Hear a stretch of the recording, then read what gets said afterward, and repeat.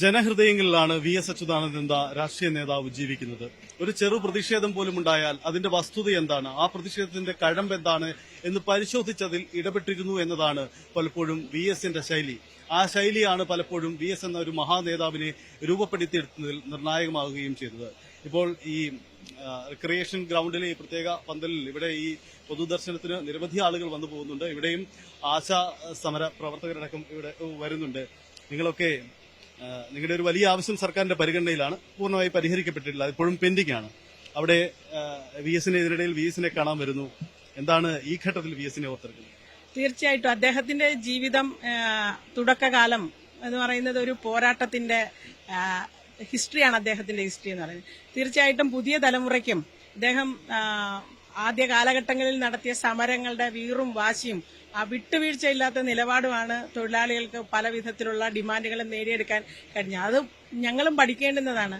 ആ സമരാവേശം ആണ് ഞങ്ങൾ ഇന്ന് കേരളത്തിൽ ഇന്ന് കാണിച്ചുകൊണ്ടിരിക്കുന്നതെന്നാണ് ഞങ്ങൾ മനസ്സിലാക്കുന്നത്. കാരണം ഉയർത്തുന്ന ഡിമാൻഡ് നേടിയെടുക്കാൻ എന്ത് തരം പ്രതിസന്ധിയെയും തരണം ചെയ്യാനുള്ള ആ ഒരു മനസാന്നിധ്യം അല്ലെങ്കിൽ ആ ഒരു വിൽ പവർ കാണിച്ച ഒരാളാണ് സഖാവ് വി.എസ്. അച്യുതാനന്ദൻ. എന്തായാലും ഞങ്ങളുടെ തലമുറയിൽപ്പെട്ട ആളുകൾക്ക് ഒരു തൊഴിലാളി സമരത്തിന്റെ പുതിയൊരു ചരിത്രം കാണിച്ചു തന്നിട്ടുള്ള ഒരാളാണ്. അതുകൊണ്ട് തീർച്ചയായും അദ്ദേഹത്തെ ഞങ്ങൾ അങ്ങേയറ്റം ബഹുമാനിക്കുന്നു. അദ്ദേഹത്തിന് അന്ത്യോപചാരം അർപ്പിക്കാൻ വേണ്ടിയിട്ടാണ് ഇവിടെ എത്തിച്ചേർന്നത്. വി.എസ്. യഥാർത്ഥ ആരോഗ്യത്തോടെ അല്പം കൂടി സജീവമായി പൊതുമണ്ഡലത്തിൽ ഉണ്ടായിരുന്നെങ്കിൽ നിങ്ങളുടെ പ്രശ്നം അല്പം കൂടെ നേരത്തെ പരിഹരിക്കപ്പെട്ടേനെന്ന് തോന്നുന്നുണ്ടോ? ഞങ്ങളുടെ സമരവേദിയിൽ വന്ന ധാരാളം ആളുകൾ അത് പറഞ്ഞു.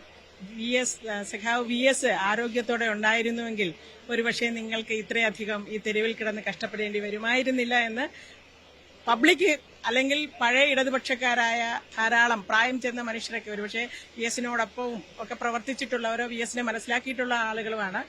ഒരുപക്ഷെ അദ്ദേഹം ആരോഗ്യത്തോടെ ഇരുന്നിരുന്നെങ്കിൽ നിങ്ങൾക്ക് ഇത്രയേറെ കഷ്ടപ്പെടേണ്ടി വരുമായിരുന്നില്ല എന്ന് പബ്ലിക് പറഞ്ഞിട്ടുണ്ട്. ഞങ്ങളും ചിലപ്പോൾ അങ്ങനെ ആയിരുന്നിരിക്കുമെന്ന് ആഗ്രഹിച്ചു. വി.എസ്. പലപ്പോഴും വി.എസിനെ വിലയിരുത്തുമ്പോൾ മുഖ്യധാരയിൽ അവഗണിക്കപ്പെട്ടു പോകുന്ന അല്ലെങ്കിൽ ശ്രദ്ധ കിട്ടാതെ പോകുന്ന വിഷയങ്ങളെ വി.എസിന്റെ ഇടപെടലോടുകൂടി അത് ഹൈലൈറ്റ് ചെയ്യപ്പെടുന്നു എന്ന അവസരം നമ്മൾ മുമ്പ് പല അനുഭവങ്ങൾ നമുക്ക് മുന്നിലുണ്ട്. ഉദാഹരണങ്ങൾ നിരവധിയുണ്ട്. അങ്ങനെയൊന്നായി ഒരുപക്ഷെ മാറിയാൽ തീർച്ചയായിട്ടും. കാരണം പെമ്പിളை ഒരു സമരം നടക്കുമ്പോൾ പാർട്ടി യഥാർത്ഥത്തിൽ ആ സമരത്തോടൊപ്പം ആയിരുന്നില്ല. പക്ഷേ വി.എസ്. പോയി ആ സ്ത്രീകളോടൊപ്പം തെരുവിലിരിക്കാൻ തയ്യാറായി.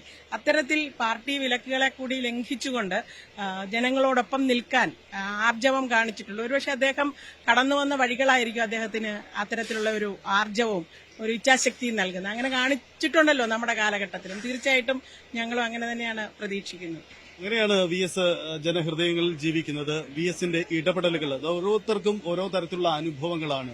ചെറുതും വലുതുമായ വിഷയങ്ങൾ വി.എസ്. ഉയർത്തുമ്പോൾ അത് രാഷ്ട്രീയത്തിനപ്പുറം തങ്ങളുടെ പറയുന്നത് കേൾക്കാനുള്ള ഒരു വ്യക്തി, തങ്ങൾക്ക് ആശ്രയകേന്ദ്രമായ ഒരു വ്യക്തി, അങ്ങനെയാണ് വി.എസ്. പലർക്കും അനുഭവപ്പെടുന്നത്.